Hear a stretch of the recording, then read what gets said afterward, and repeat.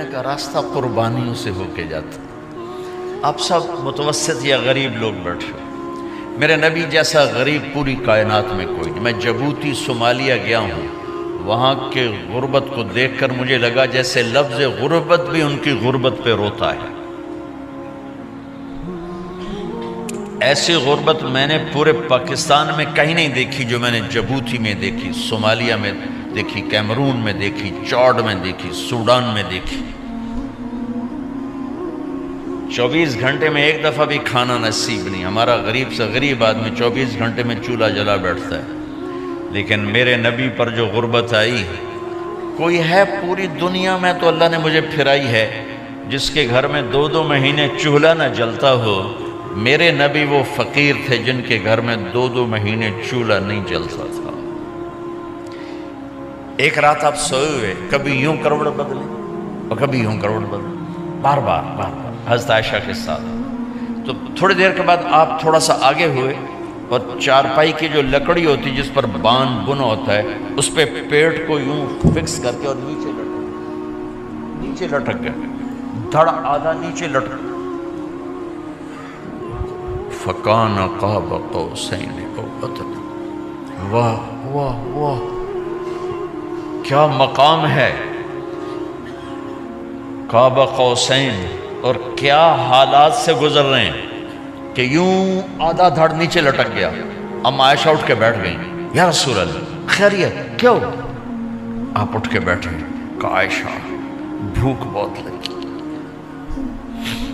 بھوک بہت لگی، اس لیے پریشر دیا تاکہ وہ جو بھوک کی طلب ہے نا میدے میں اس کو پریس کیا. اس لیے پتھر باندھتے تھے کہ وہ پیچھے چلا جائے.